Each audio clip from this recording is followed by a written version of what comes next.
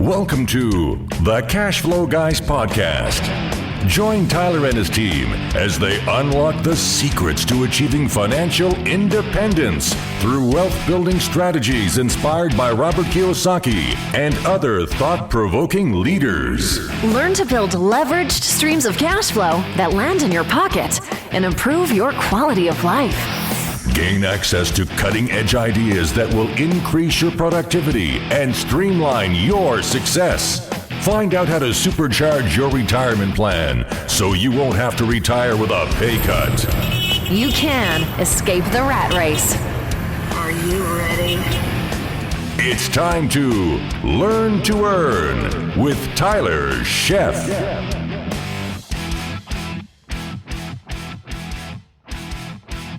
Welcome to the Cash Flow Guys podcast. It's that time again, and we are again going to be back to the basics. I want to hit a couple episodes on back to the basics. I think there's a lot of things that I may have, taken for granted, forgot to mention, left out, however you want to shake it. I want to cover some of the core elements that I think all investors, not just experienced investors or rookie investors or in-between investors, but all investors need to hear. Some things that, well, you may think, I already know that, Tyler. Why are you telling me that? Well, maybe you don't know, because if you're not financially free, then that just tells me that either you don't know or you don't care. And if you don't know or don't care, then you need to stop what you're doing and listen to this episode and these other episodes about back to the basics so we can focus on getting you on the right track. Let's begin, shall we? Let's talk about getting your money right. Now, Grant Cardone is a motivational speaker, sales guru, multifamily investor kind of guy. And he uses the phrase, getting your money right. He says, get your money right in some of his books. I find it interesting. And the first time he said that, I was like, what the heck is he talking about? Get your money right.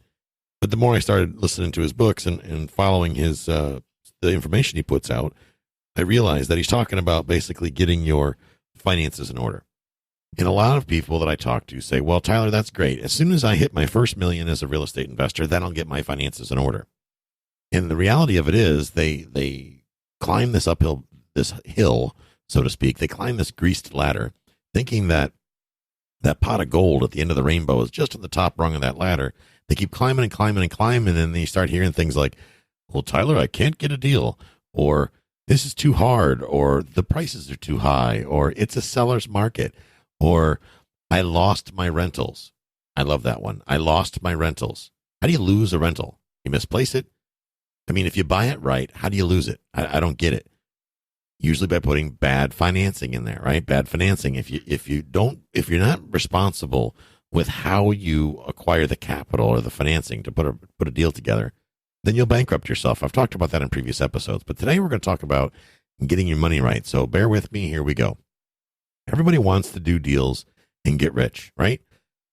Here's the reality, though. Most Americans can't afford to get rich.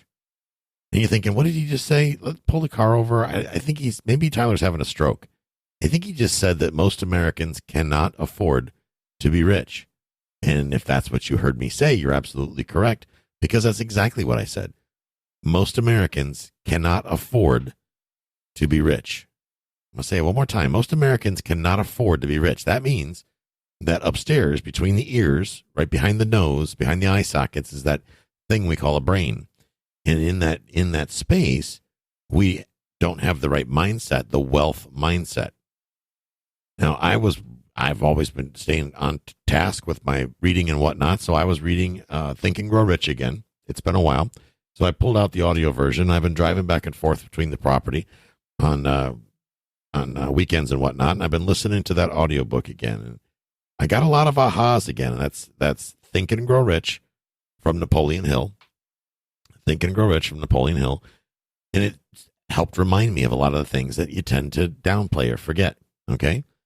I highly suggest that you get out there and read that book again. If you've already read it, I don't care. Read it again and read it again and read it again until you actually start to practice it. When you start to practice it, that's when the rubber meets the road, right? So if you're not financially savvy, well, I don't care how many deals you do, how many houses you wholesale or flip or rental properties or apartment buildings you buy, you're always going to feel poor. You're never going to escape the feeling of being poor if you don't have the money mindset in place, if you don't have your money right. I went through this when I was flipping houses. Back when I was flipping houses back in the day, it seemed like I could never get ahead. We made a ridiculous amount of money. Heck, when I had my trucking business, I made a killing, but I always felt like I was broke. Well, that's because I didn't have my money right. You see, financially, I was a train wreck. I didn't know how to balance a budget. I didn't even think about doing a budget, or maybe I thought about it, and at the time I thought, well, that doesn't apply to me.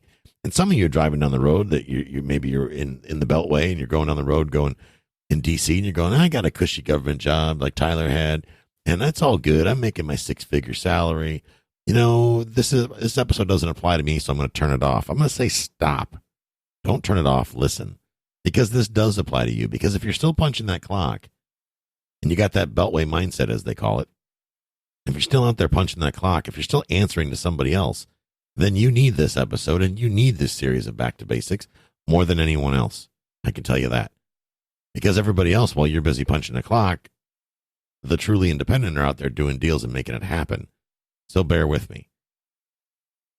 When you are immature, how you want to look at it, with financially, you're not, when we're in high school, we're a little kid, for example, your mom and dad give you $1. Well, for me, it was 25 cents because, I'm dating myself here.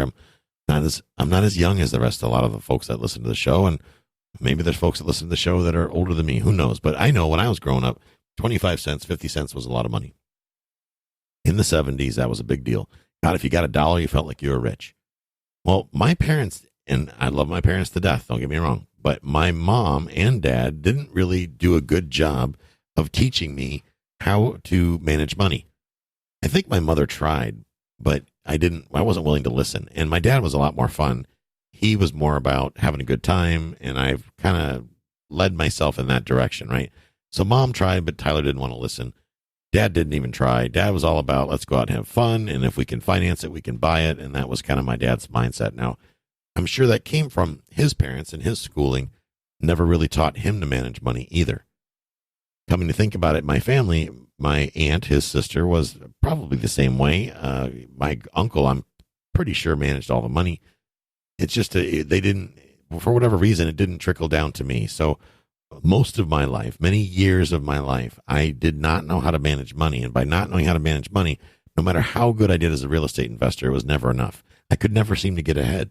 I flipped houses and you get paydays like 10, 20, 30, 50, 70, $100,000. Still feel like you're broke no matter what. Well, that gets old after a while. You're thinking, why am I even bothering? This is ridiculous. I'm busting my hump, doing deals, getting stuff done, and I'm always broke. Those of you that are out there wholesaling, you think about it. You go out and wholesale a deal. You work your tail off. You make your 5, 10 grand, whatever you're going to make as a wholesaler. And by the time you pay back whatever you put on your credit card for your marketing, you pay for your yellow letters and you pay for your bandit signs and you eat, there's not even enough money to pay the credit card that you were living off of that you should have been living off of the month before. And lo and behold, you already quit your job. So that's a problem, right? You already quit your job, so you don't know what to do now. And you're screwed. So you stay on this hamster wheel. You never seem to get ahead. See, because that's because you don't have your money right. As Grant Cardone says, you don't have your money right. You got to understand where your expenses are coming from. Now, I'm going to have a guest coming up in a couple episodes here to talk about this topic in greater detail. We're actually going to give you an absolute solution that every one of you should be listening to. And this is an episode that's going to blow your minds. He's a friend of mine. He's done a great job at helping people get financially free, helping them get out of their own way. And I didn't have time before this episode aired to get him on this week's episode. So I'm going to keep this week's episode relatively short so that I don't spoil the benefits for you. I don't want to steal his thunder because he's got a great plan. It's not going to cost you a penny, folks. It's actually going to put about anywhere from $300 to $1,000 a month back in your pocket. I don't care how much money or how much or how little money you have or make. Everybody will benefit from that episode. So stay tuned. That'll be coming soon. But think about, you don't have that financial discipline, right? So let's say tomorrow I went out and gave you a rental property. Let's say I gave you a little 2-bedroom, 1-bath house. And I don't care if, like I said, I don't care if you're making 6 figures a year or 7 figures a year. But if you lack financial prudence, if you're not able to grow your money, or maybe you're able, but you're not willing, or you're not taking the action, maybe fear is in the way, whatever, the same thing's going to apply to you as a property owner. when you're thinking of, I'm thinking of landlords here when I'm saying this, it's going to be challenging for you to be an effective owner of investment property because you're going to be in fear of spending money, in fear of maintaining the property, in fear of taking care of the tenants because you don't know how to manage money. And that creates a major, major problem. And what usually happens is, without that financial discipline, we're going to spend our profits before, probably on the wrong stuff. For example, let's say you're having a hard time financially and your solution to that is going out and buying a rental property. Okay, great. Or worse, you go out and buy a flip and you're hoping that, you're going to do this one flip. It's going to get you financially free, or it's going to give you the seed capital you need that'll fix everything, right? Well, let's say you do that one flip and then you get the tax bill for the flip. And then, they need more paint. And, the electrical final didn't happen because you had to do this work. And, the framing guy needed more money and the fireplace needed work. And so your money dwindles. Now you're in a worse position than you were before. Let's say you go out and get a rental property and the property starts making money, right? But you didn't really set aside a reserve account because, you get those credit card bills every month that are just swallowing you whole. So you bought a rental property without a reserve account. And lo and behold, the property 3 months later needs some work. Well, that shouldn't have happened because I had a home inspection and my realtor said, and all these other excuses that come up. The bottom line is the property needs the work regardless. It does not matter. The property is going to need the work and you're going to have to do it. But as a financially illiterate landlord, you're not going to be able to do the work because you're not going to have the money, or worse, you're going to swipe a credit card to maintain that property. And by the time the profits from that rental pay back that credit card, the interest is going to basically decimate any chance of having cash flow you would possibly have. This gets folks in trouble on a regular basis. When you buy a rental property, one of the ways to prevent this problem from happening is when you buy a rental property, make sure that you have a reserve account set aside.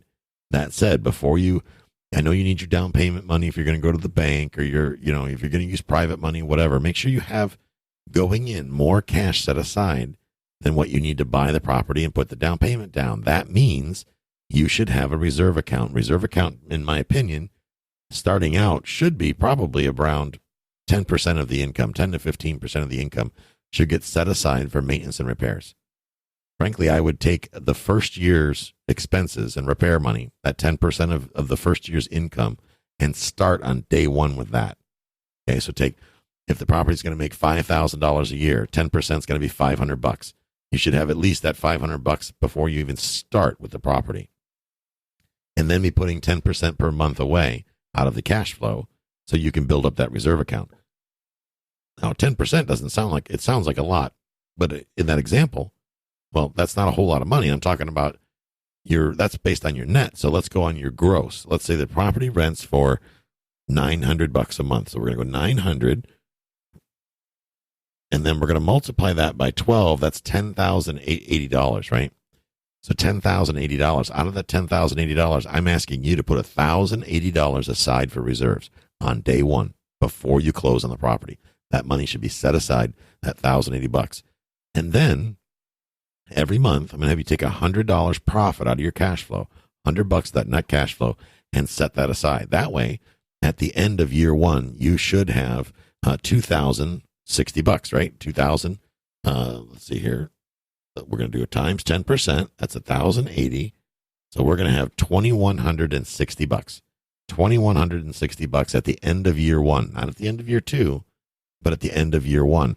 Now we've got some money set aside. I would continue on that path, that 10%. Just keep building it. Build it for a couple of years, because here's the deal. Let's say in year two, you blow a water heater. And when you blow the water heater, you also blow a pipe. You could spend $2,000 real quick.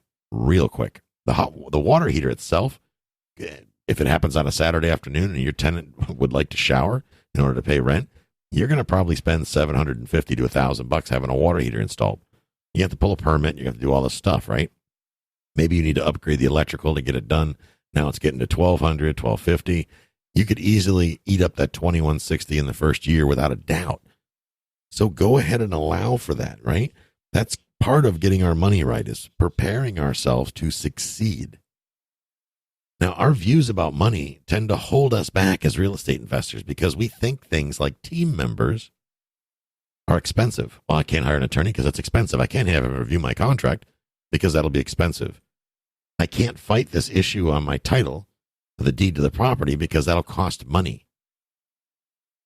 I'm not going to go ahead and replace that water heater that's got a bad element.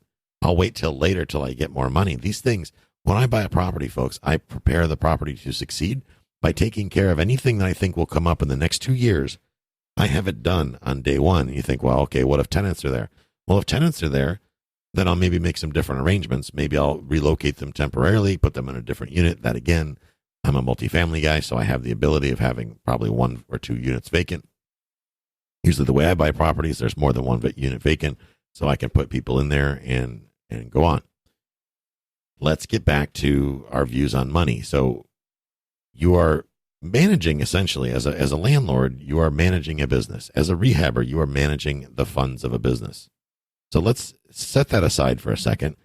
You got your hat on, your manager hat, you're running this business, and let's just pretend that everybody's watching. Now let's look at money wasters. Things like gym memberships, doodads, cars, jet skis, four-wheelers, anything else that we don't absolutely need to succeed. And I'm not going to go too deep into that today, like I said, because I want you guys to really take a lot away from this episode that'll be coming up in a few episodes with this guy that's going to come in and just blow your mind with ways to stop squandering money. We're going to teach you in this episode a very simple method that anybody can do that does not cost you 1 red cent. It will be absolutely free. I promise you that. That will help you get at least another $300 to $1,000 in your bank account every single month. Cable TV, online memberships. When I used his plan, I found over $1,000, almost $1,500 of stuff that I was spending that I didn't even notice, that I wasn't even using. I was basically making other people rich by not having my money right, not having a good handle on what was going out. I have a great handle on what's coming in, right? Always want more coming in. But I wasn't so focused on what's going out. I was kind of happy-go-lucky, not really paying attention. Let's keep in mind, folks, that here as Americans, we are one of the few countries in the world that indulge first and then pay for it. In other words, if we can finance it, baby, we'll buy it, right? Nowhere else, I don't think, in the world can you finance your rims or your car stereo. That's unbelievable to me, that people can actually go out and get a loan to buy rims for their car. Ooh, I got my spinners, and the payments are only $50 a week for 5 years. It's like the car won't last 6 months, but the payments will last a lifetime. I don't understand that. How about we do a little bit of Robert Kiyosaki, and we take action on how to pay for it first and then buy it. Now, I'm not suggesting that you live and exist in denial by any means. Please understand. But at the same time, I'm asking you to prepare yourself to succeed. And how you get your money right is stop all the unnecessary spending right now. Because if you are truly focused on achieving wealth as a real estate investor, you have to prepare yourself to receive wealth. And if your money is getting sucked out of your bank account faster than you can put it in, then you are in deep, deep doo-doo. So stop the process and basically break the chain. The minute you break the chain, you're going to see really quick that your number to get out of the rat race is not as big as you might have thought. It's not going to be as difficult as you originally thought. Getting out of the rat race for the janitor, let's think about the cash flow game for a second. There's janitors, there's engineers, business managers, doctors, there's teachers, there's lawyers, all these different jobs in the cash flow game, right? Well, the guy that's the janitor or the girl that's the janitor, they can get out of the rat race usually pretty easy because they don't have a lot of expenses, because they don't have a lot of income. And when they don't have a lot of income, people aren't getting out of their own way to loan them money as far as banks and whatnot. Oh, I'm sure Rent and Roll will loan the money and Rent a Center. But in general, they don't really get as deep in debt as folks that earn more money. So it's easier for them because they have lower expenses to get out of the rat race. You need to look at the same scenario. Don't think you're going to flip your way to getting a rental property and then everything will be fine and dandy. And I say this to people all the time. And when we play cash flow, it's like, look, guys, there's two strategies here. One of them is to buy enough cash flowing assets, whether it be businesses or real estate, either one, buy enough cash flowing assets to a point to where your passive income exceeds your expenses. Now you're out of the rat race. The second piece of that, and to make it incredibly easy for you to accomplish that goal, is to lower your expenses. Now, I'm not saying deny yourself anything. Well, if I can't have my gym membership, then I'll get fat.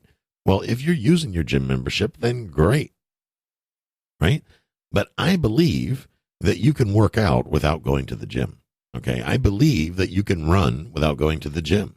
And I know if you're up in Buffalo and you're freezing your tuchus off, it's a whole different story. But if the gym is not a life or death absolute thing, maybe we need to cut that out a little bit. Maybe we need to run down a sidewalk or run in a park and do push-ups and sit-ups in some park instead. Maybe that makes more sense than whatever the gym costs, $100, let's say. Now, down here in Florida, gym is, I remember at Anytime Fitness, it's like $40, right? Problem is right now, $40 for me is a doodad because I'm not going, which I need to get back to going to the gym. So I'm holding myself accountable too, guys. But I'm looking at maybe I need to be out in nature more often and make less excuses and not be paying that $40 a month. Because here's the thing. Oh, $40 isn't much, right? Well, now there's another $40, and then there's a $20 over here, and a $50, and $100. And before you know it, that $300-$400 cash flow you got off that little house you bought gets sucked up by all this junk, right? Then what? Now you got to go out and buy another house, and you got to do it over and over and over again. And the more money you make, the more money you spend, and it never quits. It's like dieting. Dieting fails if you have to suffer. The reason the weight loss truly works when you make a lifestyle change, right? Fat people don't get thin and stay that way unless they make a massive lifestyle change. How do I know this? Because I am that fat guy, and I'm going through that process right now of losing weight. And what I'm realizing is that everything I've tried in the past that resulted in me doing some sort of radical change that I wasn't quite ready for. In other words, if I wasn't willing to make this a permanent lifestyle change, then I would gain the weight right back. And that's exactly what happened.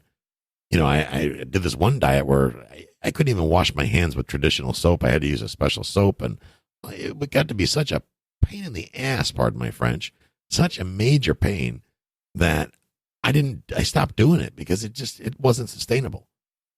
Same thing, guys. You're not going to flip houses till you're blue in the face because till you're old and gray, because it's a lot of work. I hate to tell you, it's a ton of work.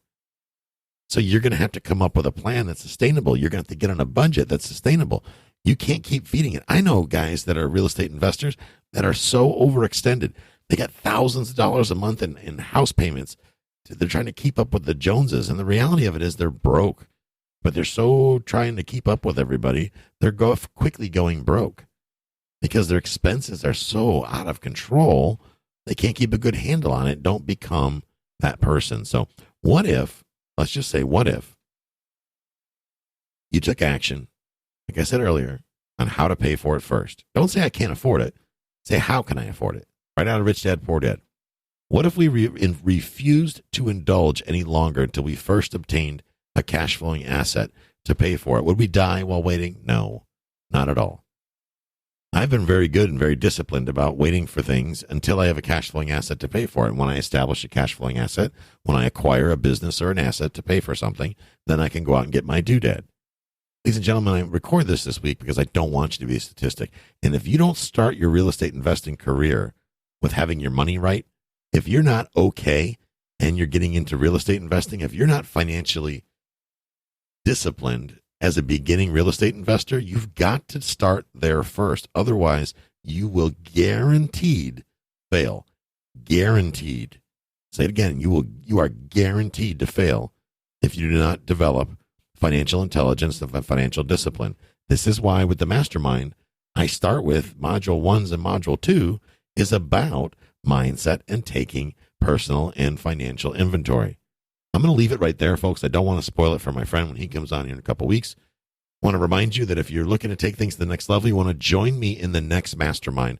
Registration is open now. Go to cashflowguys.com. Actually, I take that back. Don't go to cashflowguys.com. Go to mailboxmoneymastermind.com. Mailboxmoneymastermind.com. I believe you can get there as well through cashflowguys.com. I got my marketing people working on that. But go to mailboxmoneymastermind.com, listen to the testimonials, watch the videos. There's a lot of information there. It's designed to get you financially free, but you're never going to get there unless you take action today. I'm going to wrap it there this week, folks. Thank you very much and have a great week. This concludes today's episode. You don't have to wait till the next episode to learn to earn. Head over to cashflowguys.com and contact Tyler and his team for more powerful tips and ideas so you can start generating multiple streams of income and escape the rat race.